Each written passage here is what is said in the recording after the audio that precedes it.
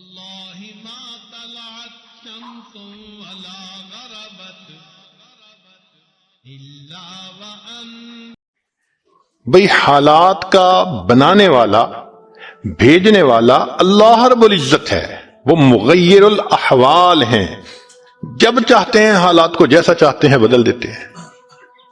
تو یہ تو حکم پروردگار کا ہوگا تب بدلیں گے۔ دنیا کے کہنے سے حالات بدلتے تو دنیا جنت نہ بن جاتی، ہر بندہ اپنی من مرضی کی زندگی گزار رہا ہوتا۔ تو ایک ترتیب ہے اللہ رب العزت کے ہاں، چنانچہ ہمارے مشائخ نے 4 باتیں کہی ہیں، لوہے کی لکیر ہیں، جب آزمائیں گے ان باتوں کو کھرا پائیں گے۔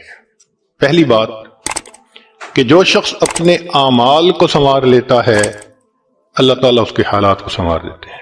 جو شخص اپنے اعمال کو سنوار لیتا ہے اللہ تعالیٰ اس کے حالات کو سنوار دیتے ہیں۔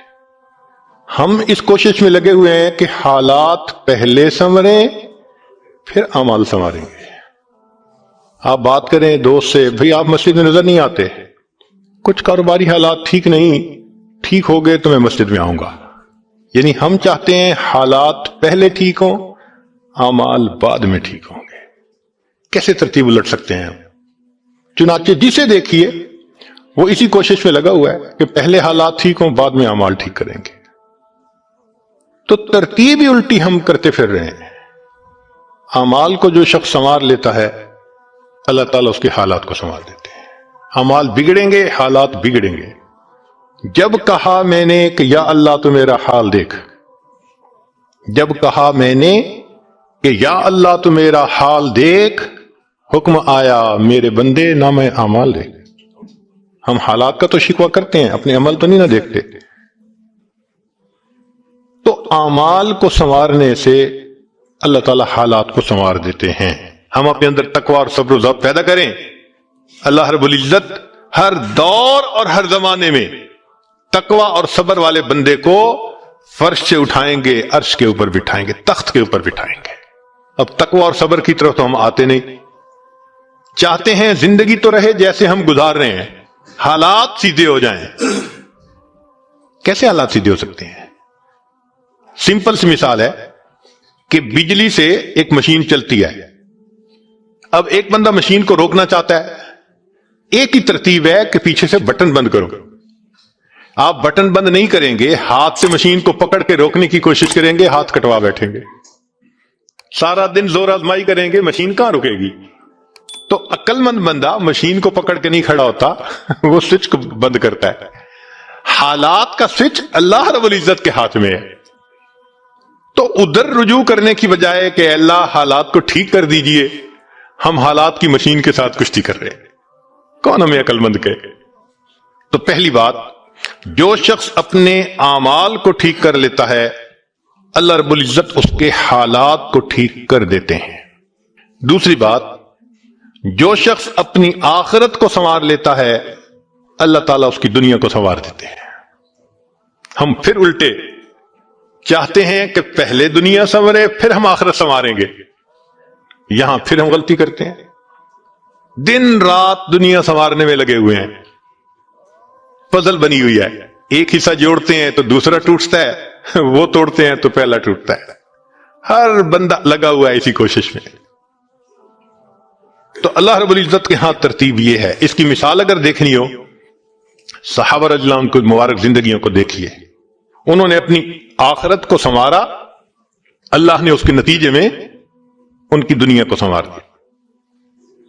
بات کیا تھی کہ نہ کیسر و کسرا سے دبے، چند وہ لوگ کے اونٹوں کے چرانے والے، اور جن کو کافور پہ ہوتا تھا نمک کا دھوکا، بن گئے دنیا کی تقدیر بدلنے والے۔ انہوں نے اپنی آخرت کو سنوارا، اللہ نے دنیا سنواری۔ کیسے؟ اطمینان، اتنا اطمینان کہ یمن سے جوان عورت چلتی ہے اور مدینہ طیبہ پہنچتی ہے اور پورے راستے میں کوئی اس کی طرف آنکھ اٹھا کر دیکھنے والا نہیں ہوتا۔ اللہ نے مال و دولت کے اتنے ڈھیر عطا کیے تھے، انس اللہ عنہ کہتے ہیں کہ میں لکڑی کاٹنے والے کلہاڑے سے سونے کی اینٹوں کو توڑا کرتا تھا۔ اب لکڑی کے کلہاڑے سے جو سونا ٹوٹے گا وہ تولوں میں اور گراموں میں تو نہیں نہ ہو سکتا۔ اللہ نے اتنی دولت ان کے قدموں میں ڈال دی تھی۔ بچہ پیدا ہوتا تھا اس کا روزینہ متعین تھا. سیدنا عمر رضی اللہ عنہ نے ایک رات دیکھا ایک عورت چھوٹے سے بچے کو روٹی کا ٹکڑا کھلانے کی کوشش کر رہی ہے, بچہ رو رہا ہے. پوچھا کیوں کر رہی ہو؟ کہنے لگی کہ امیر المومنین نے قانون بنایا ہوا ہے کہ جب بچہ دودھ چھوڑے گا پھر ہم بیت المال سے روزینہ متعین کریں گے, تو میں کوشش کر رہی ہوں. عمر رضی اللہ عنہ آئے, بہت روئے. صحابہ کہتے ہیں کہ اس دن فجر کی نماز پڑھائی, قرات کے اندر اتنا گریا اور بکا تھا کہ ہمیں سمجھنا مشکل ہو رہا تھا, اتنا رو رہے تھے. ہم حیران تھے آج امیر المومنین کو کیا ہوا. نماز پڑھانے کے بعد ممبر پر بیٹھے, عمر کے اوپر اللہ رحم کرے اس نے کتنے بچوں کی جان لی ہوگی. مقصد یہ تھا کہ میں نے جو یہ قانون بنایا تو کتنی ماؤں نے معصوم بچوں کے دودھ چھڑوائے ہوں گے اور وہ دودھ سے محروم ہوں گے میری وجہ سے. پھر اعلان فرمایا کوئی ماں بچے کو دودھ جلدی مت چھڑوائے, جس دن بچہ پیدا ہوگا اسی دن بیت المال سے وظیفہ متعین کر دیا جائے گا. آج سے 1400 سال پہلے ہے. تو انہوں نے اپنی آخرت کو سنوارا, رب کریم نے اس کے بدلے ان کی دنیا کو سنوار دیا. قرآن مجید میں اللہ تعالیٰ فرماتے ہیں وَلَوْ أَنَّ أَهْلَ الْقُرَىٰ آمَنُوا وَاتَّقَوْا, اگر یہ بستی دیسوں والے ایمان لاتے, تقوی کو اختیار کرتے, لَفَتَحْنَا عَلَيْهِمْ بَرَكَاتٍ مِّنَ السَّمَاءِ, ہم ان کے لیے آسمان سے برکتوں کے دروازے کھول دیتے.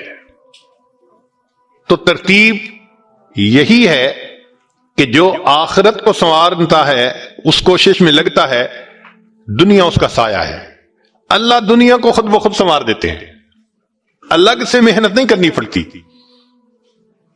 مثال کے طور پہ جو بندہ سچ بولتا ہے تجارت میں, اللہ تعالیٰ اس کی تجارت کو خود سنوار دیتے ہیں. قسم اٹھا کے یہ بات کہی جا سکتی ہے کہ سچ بولنے والا تاجر کبھی مفلس نہیں ہو سکتا.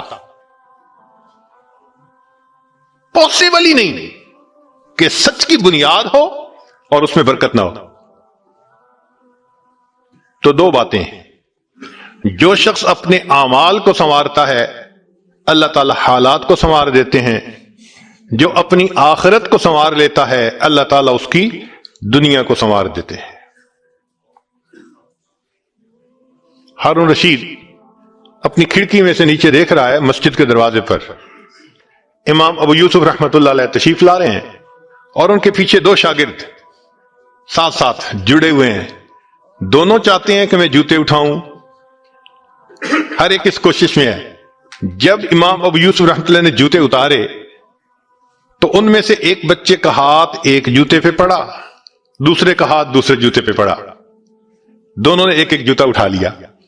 پھر انہوں نے فوراً آپس میں یہ طے کر لیا کہ ایک نے کپڑا بچھایا رومال, ایک نے بھی جوتا ڈالا, دوسرے نے بھی اس میں ڈال دیا. ایک نے ایک طرف سے پکڑ لیا, دوسرے نے دوسری طرف سے, کہ دونوں کو جوتے اٹھانے کا اجر مل جائے. حضرت آگے جا رہے ہیں اور پیچھے دو طالب علم اس طرح جوتے لے کے جا رہے ہیں کہ رومال کے اندر جوتے ہیں, ایک نے بھی پکڑا ہوا ہے دوسرے میں بھی پکڑا ہوا ہے. ہارون رشید نے دیکھا تو ٹھنڈی سانس لی. بیوی نے پوچھا ہارون رشید کیا ہوا؟ کہنے لگا یوں تو دنیا ہمیں بادشاہ کہتی ہے, ہمارے جوتے اٹھانے کے لیے بھلا کون جھگڑتا ہے. یوں تو دنیا ہمیں بادشاہ کہتی ہے, ہمارے جوتے اٹھانے کے لیے بھلا کون جھگڑتا ہے. جو آخرت سنوارتا ہے اللہ ایسے دنیا سنوارتے ہیں کہ دنیا جوتے اٹھانے کے لیے جھگڑتی ہے آپس میں. تو فرمایا کہ جو اپنی آخرت کو سنوار لیتا ہے اللہ تعالیٰ اس کی دنیا کو سنوار دیتے ہیں. چنانچہ ایک سیاح ہندوستان آیا گھومنے پھرنے کے لیے, اجمیر شریف بھی گیا.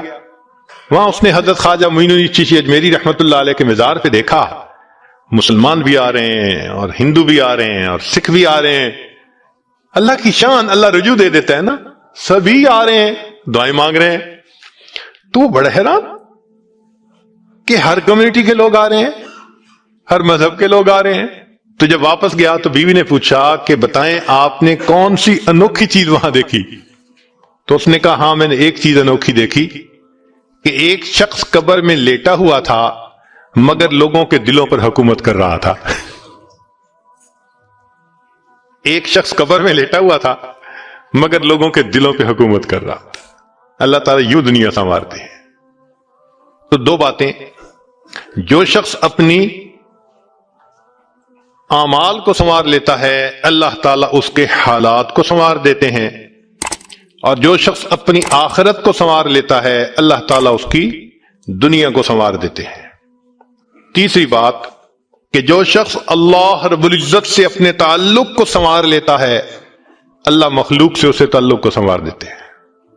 آج ہم چاہتے ہیں چچا راضی ہو جائے، پھپھو راضی ہو جائے، بہن راضی ہو جائے، اور عجیب بات ہے یہ رشتہ داریوں کے معاملے ہیں ہی ایسے، کھاؤں کدھر کی چوٹ بچاؤں کدھر کی چوٹ، سمجھ نہیں لگتی کہ سب کو کیسے راضی کیا جائے۔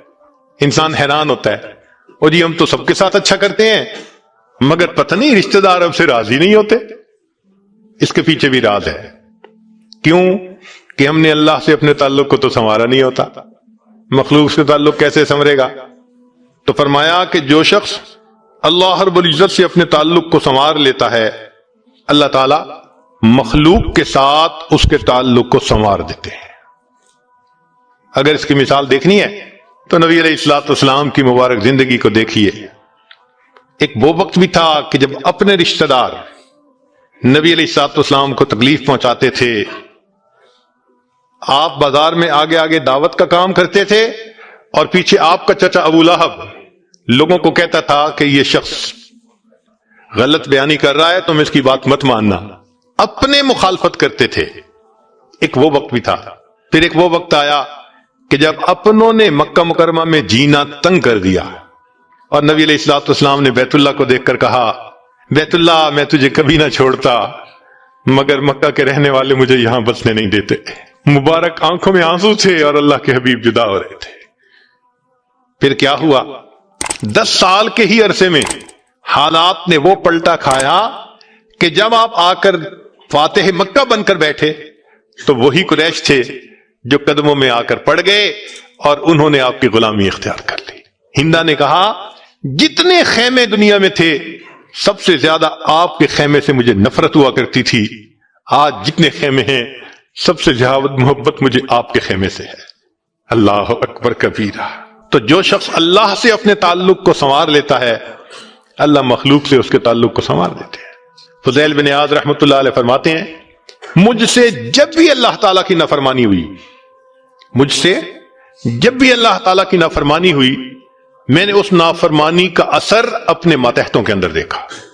یہ ریفلیکشن ہوتی ہے، ہم اللہ کی نافرمانی کرتے ہیں، اللہ مزہ چکھا دیتے ہیں کہ اپنے جو ماتحت ہوتے ہیں ان کو نافرمان بنا دیتے ہیں۔ اچھا بھائی تم ذرا اس کو ایکسپیرینس کرو ذرا، وہ جی کیا کریں بیوی سنتی ہی نہیں ہے، حضرت بس اولاد افلاطون بن گئی ہے، حضرت بچے نے ذلیل کر دیا ہے۔ کیوں شکوے ہوتے ہیں ہمیں کہ ہمارے ماتحت ہماری نہیں مانتے جبکہ ہم اپنے آقا کی نہیں مان رہے ہوتے؟ فرماتے ہیں کہ جب بھی مجھ سے اللہ تعالیٰ کی نافرمانی ہوئی میں نے آزما کے دیکھا یا تو بیوی نے میری نافرمانی کی یا میری اولاد نے میری نافرمانی کی یا میرے نوکروں نے غلاموں نے انہوں نے میری نافرمانی کی یا کم از کم میری سواری کے جانور نے میری نافرمانی کی۔ یہ ہے عدل کا بدلہ۔ اپنے آقا کی نافرمانی کریں گے اللہ تعالیٰ ماتحتوں کو نافرمان بنا کر دکھائیں گے۔ اس لیے اولاد کے شکوے کرنے کی ضرورت نہیں ہے، بیوی کے شکوے کرنے کی ضرورت نہیں ہے، سمپل سی بات ہے اللہ رب العزت سے اپنے تعلق کو سنوار لیجئے، اللہ تعالیٰ مخلوق سے ہمارے تعلق کو سنوار دے، سب کے دلوں میں محبت ڈال دیں گے۔ سیدنا امیر معاویہ رضی اللہ عنہ نے خط لکھا ام المومنین سید عائشہ صدیقہ رضی اللہ تعالی عنہا کو کہ ام المومنین آپ امت کی ماں ہیں، آپ مجھے کوئی نصیحت فرمائیے۔ اور واقعی ام المومنین نے نصیحت کرنے کا حق ادا کر دیا۔ وہ نصیحت پڑھ کے پتہ چلتا ہے کہ انہوں نے نبی علیہ الصلوۃ والسلام کی صحبت یافتہ ہونے کا ثبوت پیش کر دیا۔ ام المومنین نے مختصر جواب لکھا، فرمایا دیکھیں اگر آپ مخلوق کو خوش کریں گے اللہ کو ناراض کریں گے اللہ ساری مخلوق کے دل میں تمہاری نفرت ڈال دیں گے، یہ اندر سے تم سے نفرت کرتے پھریں گے، اور اگر تم اللہ کو راضی کرو گے گو کہ مخلوق ناراض ہو رہی ہے اللہ تعالیٰ اسی مخلوق کے دل میں تمہاری محبت ڈال دیں گے، یہ سب تمہارے دوست بن جائیں گے۔ تو اصل تو اللہ کو راضی کرنا ہے. تو فرمایا کہ تم اللہ سے اپنے تعلق کو سنوار لو، اللہ تعالیٰ مخلوق سے تمہارے تعلق کو سنوار دیں گے. تو اولاد کو نیک بنانے کا سب سے آسان طریقہ خود نیک بن جائیے. جو خود نیک بنتا ہے اور اللہ کے حکم کو توڑنے سے باز آ جاتا ہے، اللہ تعالیٰ اولاد کو مطیع اور فرمانبردار بنا دیتے ہیں. تو اب تک 3 باتیں. جو شخص اپنے اعمال کو سنوار لیتا ہے، اللہ تعالیٰ اس کے حالات کو سنوار دیتے ہیں. جو اپنی آخرت کو سنوار لیتا ہے، اللہ اس کی دنیا کو سنوار دیتے ہیں. جو شخص اللہ رب العزت سے اپنے تعلق کو سنوار لیتا ہے، اللہ مخلوق سے تعلق کو سنوار دیتے ہیں. حدیث مبارکہ میں ہے، جب بندہ عبادت کرتا ہے اور اللہ تعالیٰ خوش ہو جاتے ہیں، دعا جبرائیل، اللہ تعالیٰ جبرائیل علیہ السلام کو بلاتے ہیں اور بتلاتے ہیں کہ جبرائیل میں فلاں بندے سے محبت کرتا ہوں. تو جبرائیل علیہ السلام آسمانوں پر اعلان کرتے ہیں کہ آسمان کے فرشتوں، اللہ تعالیٰ فلاں بندے سے محبت کرتے ہیں. یہ اعلان سن کر سارے فرشتے اس بندے سے محبت کرنے لگ جاتے ہیں. پھر جبرائیل علیہ السلام زمین پر آتے ہیں اور زمین پر آ کر پھر اعلان کرتے ہیں کہ لوگوں، فلاں شخص سے اللہ تعالیٰ محبت کرتے ہیں. ثم یودع لہ القبول فی الارض، پھر اللہ اس شخص کے لیے زمین میں قبولیت رکھ دیتے ہیں. پرائے اپنے بن جاتے ہیں، دشمن دوست بن جاتے ہیں، مخالفین کے دلوں میں بھی اللہ ان کی محبت اور عظمت ڈال دیتے ہیں. تو مخلوق سے تعلق سنوارنے کا یہ ہے سب سے بہترین طریقہ. کس کے پیچھے بھاگیں گے، کس کی منت سماجت کریں گے؟ بہتر نہیں کہ ہم ایک ہی کو منا لیں. جس نے اللہ کو منا لیا، اللہ تعالیٰ مخلوق کے ساتھ اس کے تعلق کو